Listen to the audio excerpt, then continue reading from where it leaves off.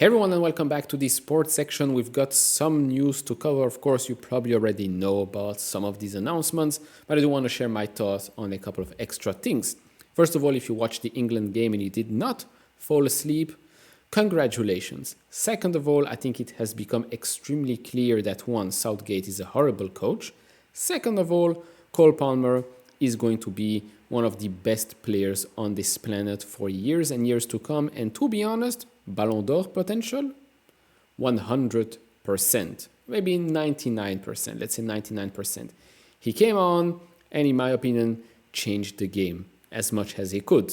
Should he have done a little bit better with regards to the shot? Yes, he should have done a bit better. But then again, first couple of minutes in this tournament, playing for England, okay, you can understand. You cannot understand why it took Southgate 2 games and 70 minutes to put Palmer on. I can also not understand why someone like Anthony Gordon doesn't start and doesn't play more for England. I mean, it becomes ridiculous. And I believe the next game, it could be against the Netherlands. It's not yet 100% confirmed, but I do think that that's their next game. It's not going to be an easy one, even though the Netherlands lost against Austria. Austria actually finished the group with France and the Netherlands number 1. So yeah, congrats to them. But yeah, overall, that's about it for the little preview of the video. I did post a video about Todd Boehly yesterday, some comments with regard to Chelsea and the Dodgers. Yes, the title might be a little bit clickbaity, but that's because of YouTube. That's the thing with YouTube. Some of the best content will never be watched. Why is that? Because the thumbnail or the title is not good enough and does not make you click. So yes, apologies in advance for all the future clickbait, but I can promise you that if I use clickbait, it's because the video is actually a very, very good one. That's about it. I will never do a clickbait where the content is shit. There's no value to be earned from this ever. And if I do, please call me out on that, because I would really, really hate it when it happens to me. So I don't want it to happen to the viewers. Then, of course, if you enjoy this type of videos, leave it a thumbs up, subscribe if you're new here, put the notification bell, push on the notification bell so you don't miss any new uploads. And so let's start off with news item number 1. And that's of course the official for Fabrizio, not yet official for Chelsea, but Marc Guiu is coming to Chelsea. Here we go. The club has just informed Barca on plan to trigger €6 million release clause for the 2006 born striker. Verbal agreement in place with Guiu agents, now proceeding with formal steps later this week. I believe he's going to earn 3 times what he was earning at Barcelona. At least that's what the reports are saying. Right now, the reports are also saying that he might not go on loan, that first he will probably join us in pre-season. Maresca will make a decision whether or not to keep him for the full season. That remains to be seen, of course. We still have to unload all the other strikers at this club. There are some reports with regards to Lukaku. AC Milan might be interested in him, but only on loan. We don't want to loan him. We want to get rid of Romelu Lukaku. Some Saudi clubs as well. I mean, to be honest, whoever puts the most money on the table, let's take that and move on.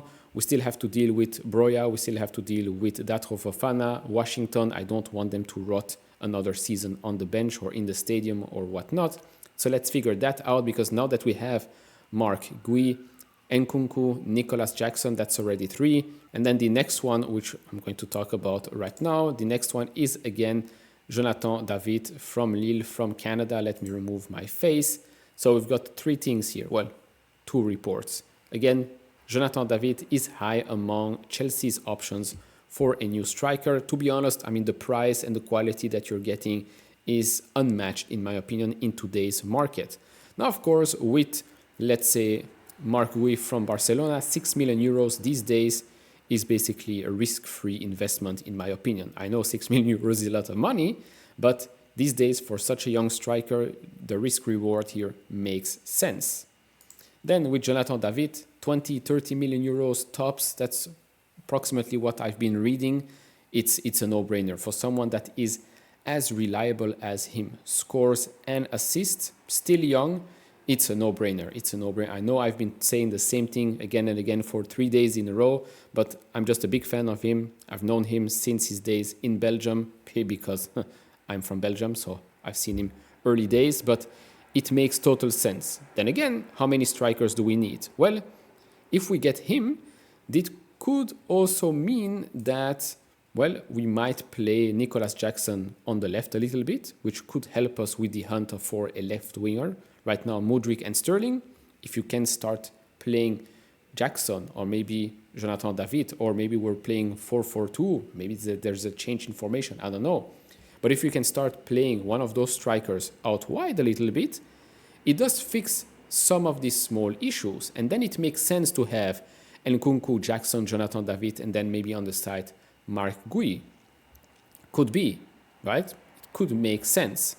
Now, some other comments here. Jonathan David is at the heart of a tussle between Chelsea, Manchester United, Tottenham, and West Ham, with all four clubs making checks on the Lille striker as part of their search for attacking reinforcements. Paul Winstanley and Lawrence Stewart, Chelsea co-sporting directors, are well aware of David's qualities and have followed him for a long time. Winstanley was previously interested in bringing him to Brighton, and I believe when Graham Potter was our coach, we were also interested in bringing him at Chelsea. So we've been linked with him, we've been circling around him for quite a while. I believe we're not the only club, as reported here.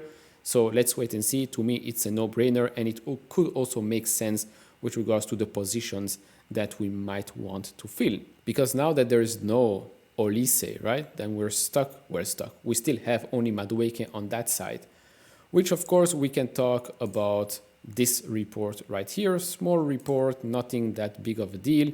It's from a journalist from Belgium, of course, Bakayoko. This is Johan Bakayoko from PSV, also from Belgium. If you're interested, Belgium are playing against Ukraine in the Euros. He's probably going to start, in my opinion. It's either him or Trossard, because Luka Bacchio has received 2 yellow cards, or he's out. So if you're interested to see him in action, I highly suggest you go watch that game. So Chelsea and Liverpool are interested in Johan Bakayoko. I believe a couple of months ago, we were also some reports that came out that we were interested in him. Yes, same position a little bit as Madueke, also coming from PSV, also where Madueke was playing before he joined Chelsea. Yes, okay, could be an option, but I mean, we've been hearing about the reports that we're not looking for new right wingers. We are focusing on striker and left wing. So yeah, maybe this is just another report for clicks, remains to be seen. And talking about the left side, 2 reports here.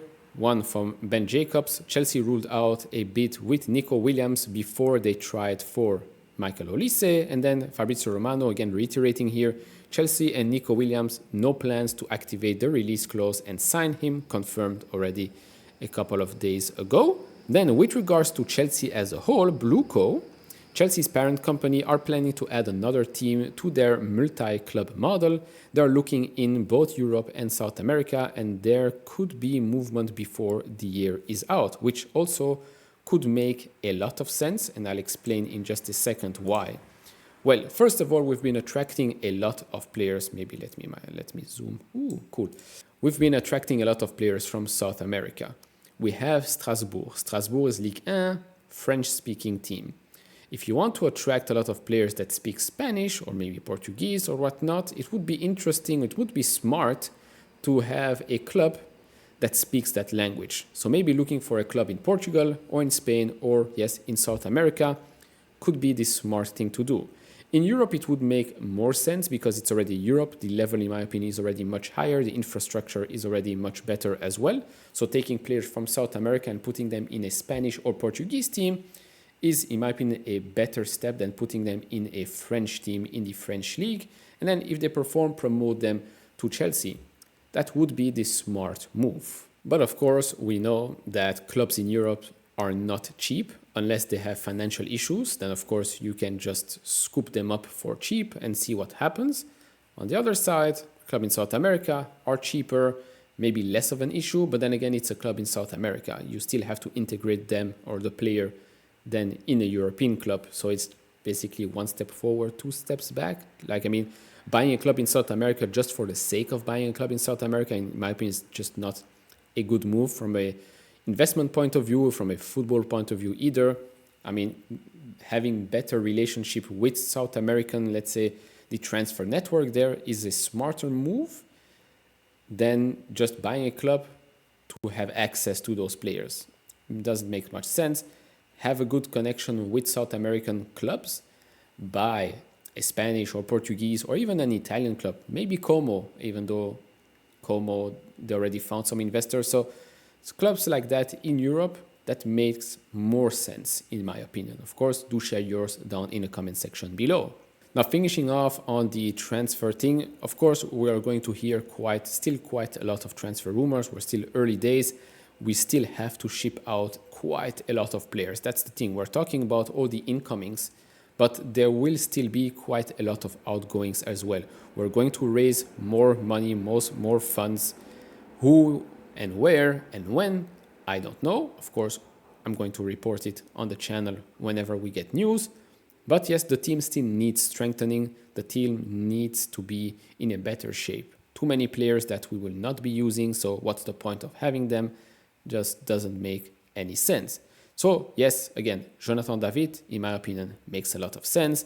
You can then play around with the formation. You can use Nkunku and Jonathan David as number 9s, as 2 strikers, and then maybe Nicolas Jackson playing a little bit out wide could help fix the necessary, let's say, adjustments on the left side with only Mudryk or Sterling. I mean, could be that suddenly next season Mudryk and Sterling are playing incredible.